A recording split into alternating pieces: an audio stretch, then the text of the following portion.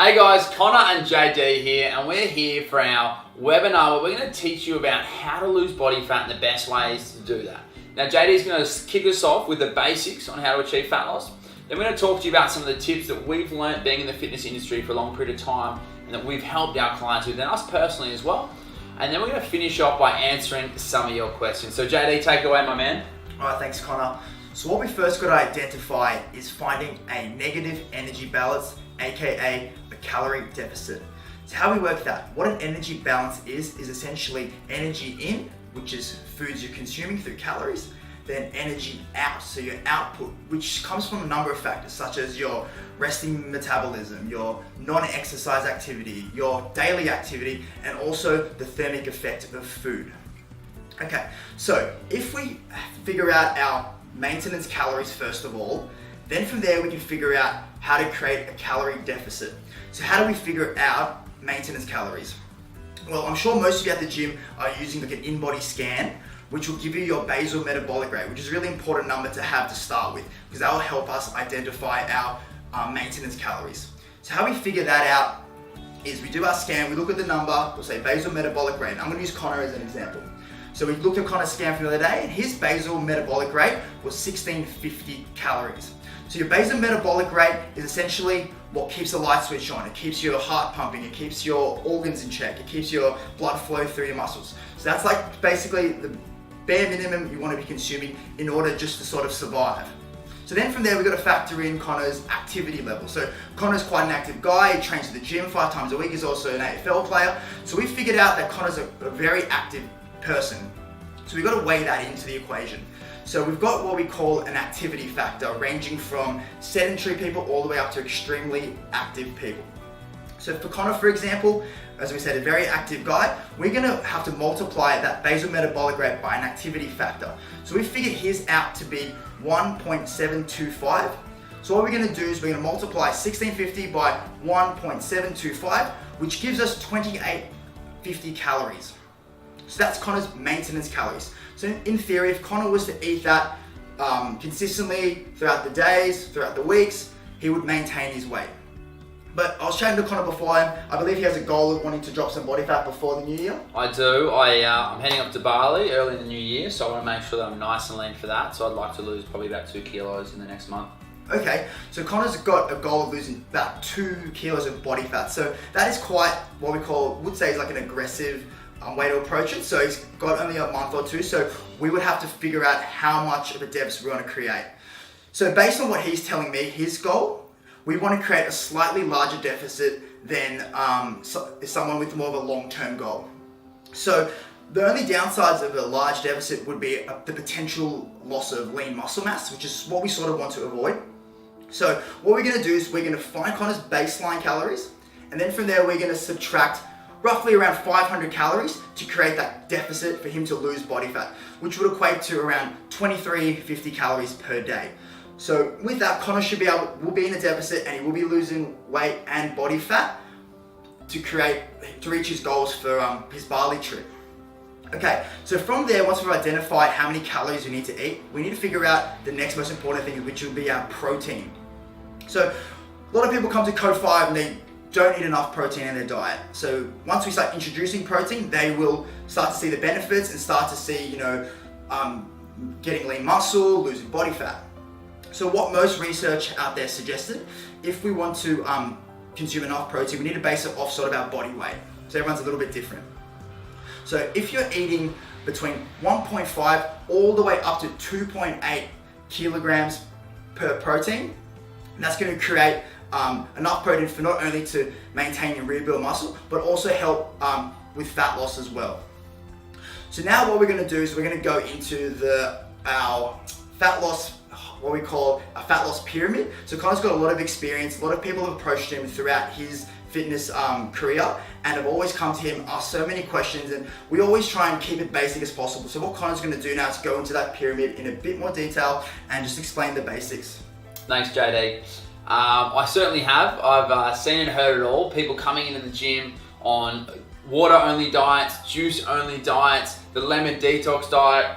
They've been following these fads. They've been seeing things on Instagrams where they've just been trying to have fat burners before they even entered the gym and worrying about particular supplements that they should be buying on day one. Now what we want to do, that confuses people and makes things more difficult. They're worrying about food timings. We want to keep it as simple as we can, right? A fat loss can be really simple. It's an energy balance. So it's the amount of calories in versus the amount of calories you burn. Now JD just simply explained that for me. Now I'm in the extremely active, the very active portion, okay, where you times my basal metabolic rate by the amount of activity I do.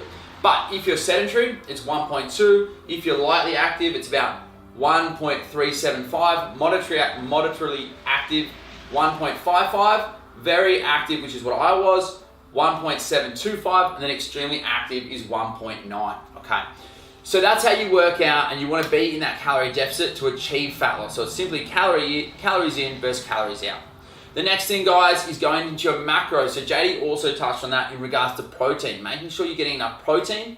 Okay, you've got protein, carbs, and you've got fats. You've got to monitor those as well. Now, at Code 5, we look for about a 40% protein ratio, about 30% carbohydrate, and about 30% fat. We do not want to be scared of any of them, okay? We're not necessarily keto focused. We just want to make sure, guys, that you're eating a balanced diet. The next thing you can look at is your meal timings, okay? So making sure that you've got meals steady throughout the day.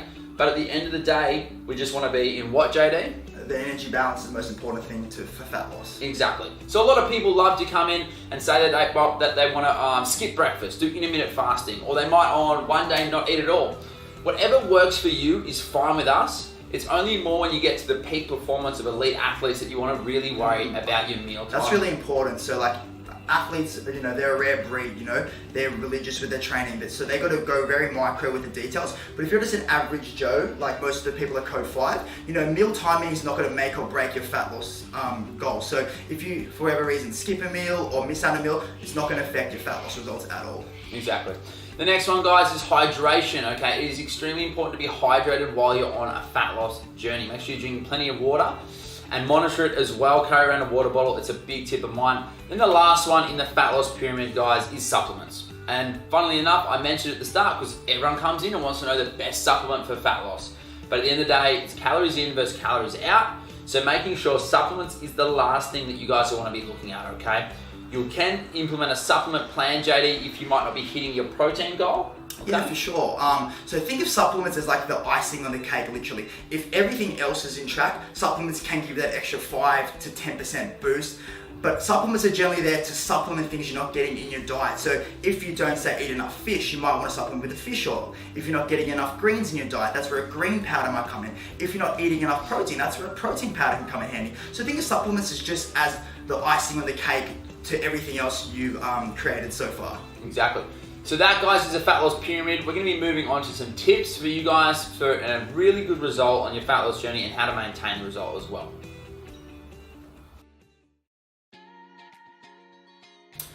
Hey guys, so we've got 5 mindset tips for you that me and JD have had a really good think about, and we want to make sure that, people often focus on a fat loss journey about what they're eating, about what training they're doing, but they actually don't, look at it as a journey and realize that how important your mindset is on this, because fat loss is a tough thing, and we know that you've got to be mentally strong to get through it. So here are our 5 mindset tips for fat loss.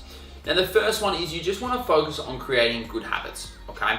So things like exercising daily, whether it's a walk, whether it's a run, whether it's a swim, whether it's going to the gym. Exercise daily and really start to ingrain that in your life, because doing extra exercise is what's really going to put you at that calorie deficit, which we know is what gets you fat loss.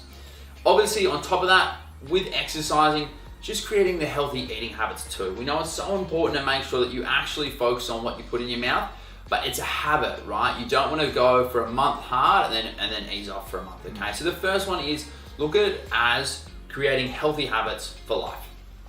So now we're going to talk about making something that's sustainable to your lifestyle. So if it's not sustainable to your lifestyle, it's not likely going to last very long. So we see people come in for a month or so, and then they smash it, and then all of a sudden they can't sustain it because their lifestyle gets in the way. So if you make exercise, eating healthy a part of your lifestyle, it's going to set you up for long-term success and get you the best results going forward, rather than just focusing on that quick fix and then basically eliminating exercise as part of your lifestyle, which is not what we want, obviously. Exactly, mate. And point number 3 is make it not a quick fix. We see so many people jump in and they want a short-term thing that's gonna get them a result before a wedding, before a holiday, before something, and then they're over.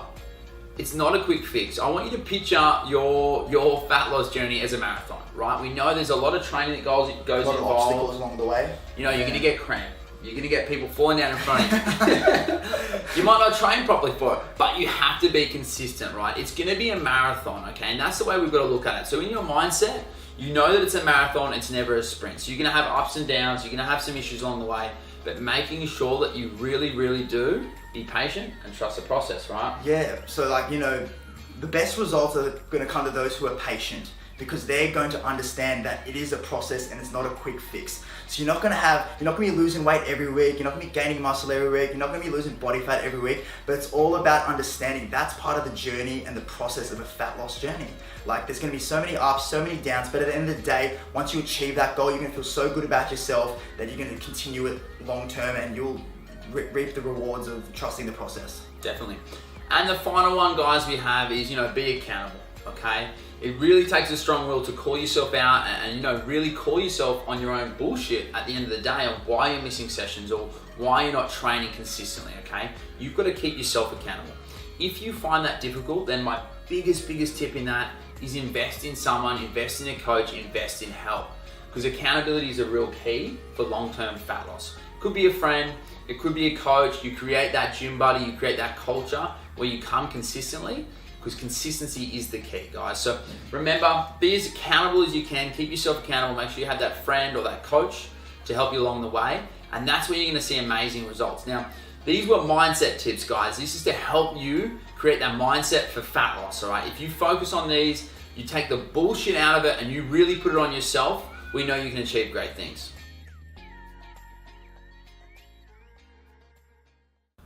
Hey guys, we're now on to the question portion, which you guys have asked us, so we're really excited to answer these. And JD, the first question I have is, how much protein is too much? Okay, great question. So like we've discussed already in the video, we sort of identified like a range we want to work towards. So we're looking at around that 1.5, 1.8 to like up to 2.8 grams of protein per kilogram of body weight. So it's very unlikely that someone's going to actually eat more than that. So I actually wouldn't be too concerned with overeating protein. So the next question we got was, how do I lose visceral fat? Visceral fat, well, great question. Now with visceral fat, the fat that's located around your organs, you're not going to be able to reduce this extremely quickly, guys. This is more of a long-term thing. To lose visceral fat, you need to live a healthy lifestyle, you need to train consistently, and you need to think of a long-term approach, okay? So it's not like the subcutaneous fat, which you can lose on the extremities on your body. Visceral fat's located around your organs, and it's definitely gonna take longer, and you really need the long-term approach if you're gonna lose visceral fat. So if you've lived like a pretty unhealthy lifestyle and all of a sudden you're on a fat loss journey, it will take a bit of time to lose that visceral fat because of all the health things that you've done in the past, where there was smoking, eating a high fat, high sugar diet. It all plays a big role in that, yeah. Definitely. All right, JD, how much good fat is too much? Okay, so good fats, so your omega-3s, your monounsaturated fats, your polyunsaturated fats, they're all fantastic for you. They're great for your health, they can help fight inflammation, they can also help you lose fat. But just like anything, too much of a good thing can create an excess calorie consumption. Just remembering fats are your most dense nutrient out of all the macronutrients. So 1 gram of fat actually gives you 9 calories, as opposed to protein and carbs just gives you 4 calories and alcohol 7 calories. So good fats are awesome for you, but you gotta be aware of the amounts you're eating. Too much of a good thing can be a bad thing. All right, so the next question asked to us was, the effect that your heart rate has on fat loss during a workout. Okay, cool.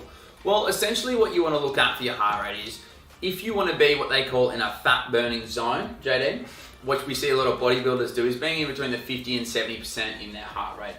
Now, someone mentioned that they really wanted to do it. Was that actually a thing? It is a fat burning zone, but it's a common misconception, because being in that zone means you're actually using your fat stores, but you're not training too hard, okay? And you're not gonna be actually pushing yourself very hard. So what we recommend is actually training as hard as you can and consistently as you can to making sure that you actually burn body fat. But in saying that, if you wanted to do a recovery session where you went for a long walk over half an hour in that sort of 50 to 70% heart rate, it can put you in a fat burning zone. And you can be using your fat stores as you've already depleted your glycogen levels, and you're less likely to then use your carbohydrates, and you'll be burning in your fat stores. And we do recommend trying to get in like 2 steady state, low intensity sessions a week. That's part of the protocol. All right, next question, how long should you be in a calorie deficit for? All right, that's probably one of the better questions we've got. So being in a calorie deficit is actually like quite stressful on your body. So, we've all probably been through the process where we've been, in a calorie deficit for a certain period of time, and it's not very sustainable. So I would recommend at the longest being in a calorie deficit for between like 8 to 12 weeks at the longest. Mm-hmm. And then you have a little break from your diet.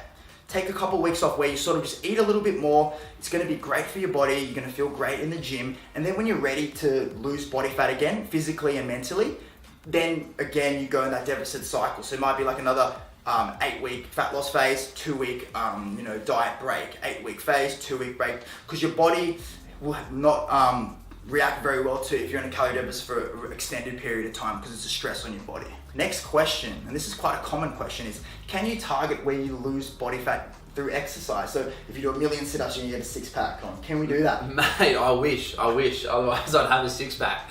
But no, you can't.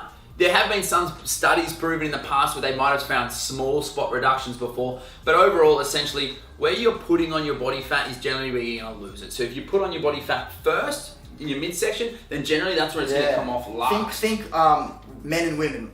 Think apple and pear shape. So men are going to store most of their fat around their gut, women around their hips and thighs, and those are generally the stubborn areas and the last place you lose fat, unfortunately. That's exactly right. Which sucks, mate. And keto diet, will it help you lose body fat? Okay, so in short, any diet, so long as it's in a calorie deficit, will help you lose weight and body fat. So if the keto diet, you're in a calorie deficit, fantastic. But you can do that you can still eat carbohydrates and lose body fat as well. That's keeping it simple. Yeah, exactly. I'll go this one. Last question we've got is, why is it so damn hard, Connor, to lose body fat? Well, you're essentially, I want you to look at it this way. You could have your car and you're going to be filling it with, premium, the most expensive petrol that you've got. And that's putting your body in a calorie surplus, okay? So you've got plenty of energy. And then I want you to think about putting, the worst petrol, the 10%, E10 in your car as well. And it's not going to run as well, okay? Sure, so you're literally trying to do things, but you're actually not giving yourself enough energy to perform that task. So that's where it becomes really difficult. You've often cut out, when you're in a calorie deficit, foods you might have liked before as well. So it becomes mentally difficult as well, and you're going to get cravings too. So energy levels drop, you start to get cravings, you can often get grumpy as well. Affects your work, affects your day-to-day, affects your training, affects your social life. It is quite a challenge, but it's all about finding that right balance, in which we try to instill at Code 5, is finding a balance in life. 100%. So guys, I hope that that helped. We answered some of your questions there, and good luck on your fat loss journey. Thank you.